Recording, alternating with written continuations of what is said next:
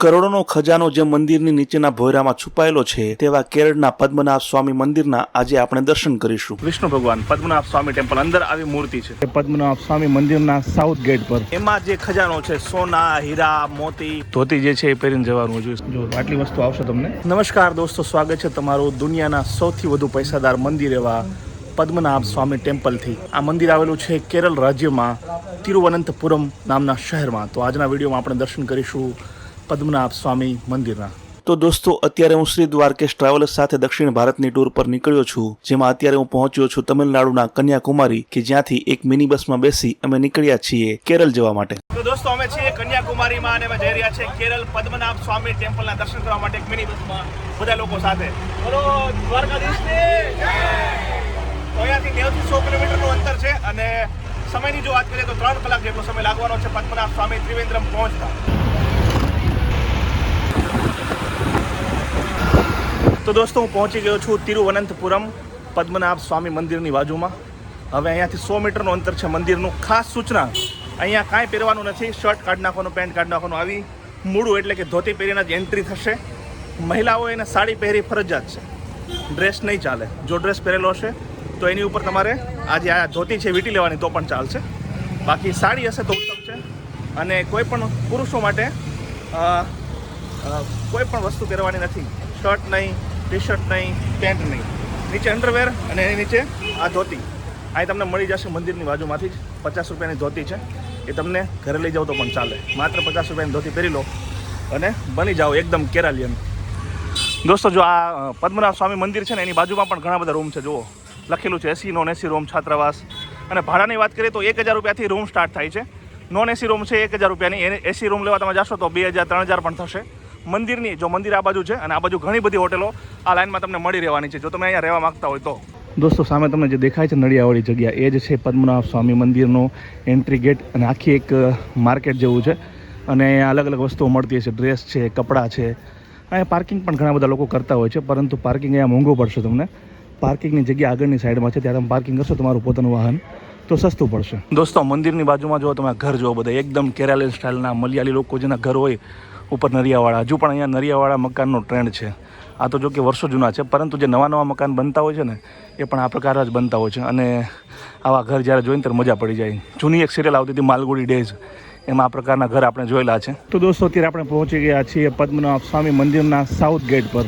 Total 4 દ્વાર છે, પૂર્વ, પશ્ચિમ, ઉત્તર, દક્ષિણ। આ દક્ષિણ દ્વાર છે। બહારથી તમને લાઈન નહીં લાગતી હોય, પરંતુ અંદર તમે જ્યારે જાશો ત્યારે તમને ઘણી બધી મોટી અને લાંબી લાઈન જોવા મળશે। તો જ્યારે તમે પદ્મનાભ સ્વામી ટેમ્પલ જો આવો ત્યારે ટેમ્પલની આગળની સાઈડમાં જે એક મોટું તળાવ છે, આ પવિત્ર તળાવ માનવામાં આવે છે, એના દર્શન પણ જરૂર કરજો। આ પણ સદીઓ જૂનું તળાવ છે, જુઓ ખાસું મોટું છે અને પાણી છે, જુઓ પણ પાણી પણ ભરેલું જ રહે છે અહીંયા કોઈ પણ સિઝન હોય। આગળ છે કેરાલા બેંક, જો તમને આ ના મળતું હોય તો કેરાલા બેંકની આગળની સાઈડમાં જ તળાવ છે અને આગળ છે મંદિર। દોસ્તો, મંદિરની અંદર મોબાઈલ, બેગ એવી કોઈ પણ વસ્તુ તમે લઈ જઈ શકતા નથી, માત્ર પાકીટ લઈ જઈ શકો છો। અહીંયા ક્લોક રૂમ છે, દરેક વસ્તુના 10-10 રૂપિયા લે છે। જેમ કે એક મોબાઈલ હોય તો 10 રૂપિયા, 2 મોબાઈલ હોય તો 20 રૂપિયા, આવી રીતે।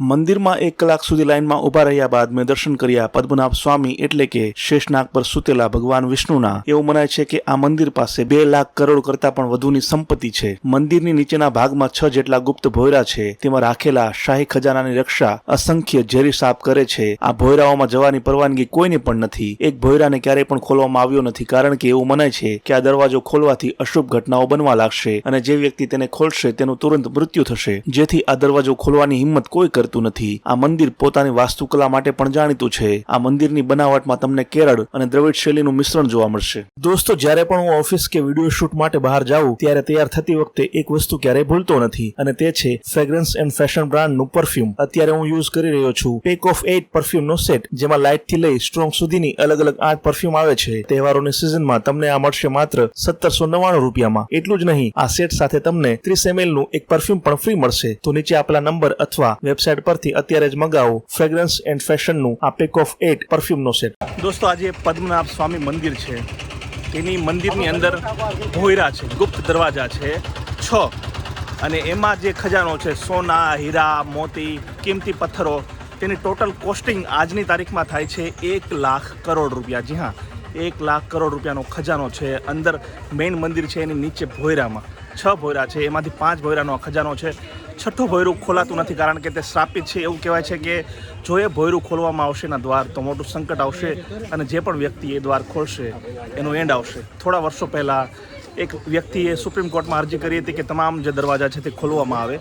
5 દરવાજા ખોલ્યા, પરંતુ એ દરમિયાન એ જે અરજી કરનાર વ્યક્તિ હતો એનું મૃત્યુ થઈ ગયું. ત્યારબાદ 6ઠ્ઠો દરવાજો આજની તારીખે ખોલવામાં નથી આવ્યો.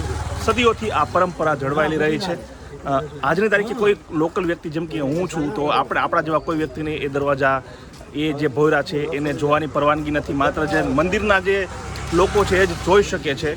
સદીઓથી લોકો અલગ અલગ પ્રકારે અહીંયા દાન આપતા રહ્યા છે. એ દાન અહીંયા એકત્રિત થાય છે અને આજે એનું કોસ્ટિંગ મેં તમને કહ્યું તેમ 1 લાખ કરોડ રૂપિયા થવા જાય છે. દોસ્તો, આ પદ્મનાભ સ્વામી ટેમ્પલ છે એ ભગવાન વિષ્ણુને સમર્પિત ટેમ્પલ છે. શયન મુદ્રામાં આ જે મંદિર છે પાછળની સાઈડમાં, ત્યાં ભગવાન વિષ્ણુ શયન મુદ્રામાં આરામ ફરમાવી રહ્યા હોય તેવી સોનાની મૂર્તિ છે.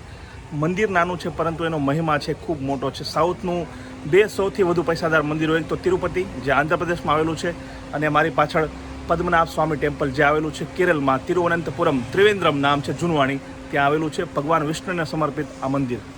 જો તમે કેરાલિયન સ્ટાઇલના કપડાં લેવા માગતા હોય તો અહીંયા મંદિરની બાજુમાં જ ઘણા બધા આવા શોરૂમ છે કે જ્યાં ભગવાનની મૂર્તિઓ મળી જશે. પછી જો આવા સાઉથ ઇન્ડિયન લોકો પહેરે એવા જો અલગ અલગ કપડાં મળી જશે. જો તમને જણાવું, જો આ છે સુતેલા વિષ્ણુ ભગવાન પદ્મનાભ સ્વામી ટેમ્પલ. અંદર આવી મૂર્તિ છે, સૂર્યા છે, આખો સાપ છે, જે શેષનાગ છે એની જે અંડરમાં સૂતા છે ભગવાન, આવી રીતે.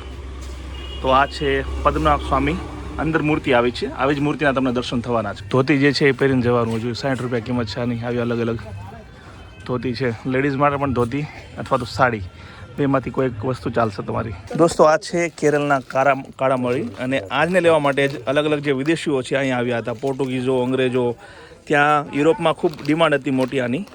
ખાવામાં યુઝ કરતા હતા, બહુ એને ભાવતું હતું. અને આ લેવા માટે જ તેઓ અંગ્રેજો અહીંયા આવ્યા હતા, પોર્ટુગીઝો આવ્યા હતા, વલંદાઓ આવ્યા હતા અને ત્યારબાદ આપણા દેશની શું હાલત હતી આપણને ખબર છે. તો આ એ વસ્તુ હતી કેરળની કે જેના કારણે દેશ વર્ષો સુધી ગુલામીમાં રહ્યો. દોસ્તો, હવે લાગી છે ભૂખ અને કેરળની એક લોકલ જે રેસ્ટોરન્ટ છે, એસી રેસ્ટોરન્ટ, તેમાં હું જમવા આવ્યો છું. આ રેસ્ટોરન્ટનું નામ છે સ્વાદ રેસ્ટોરન્ટ.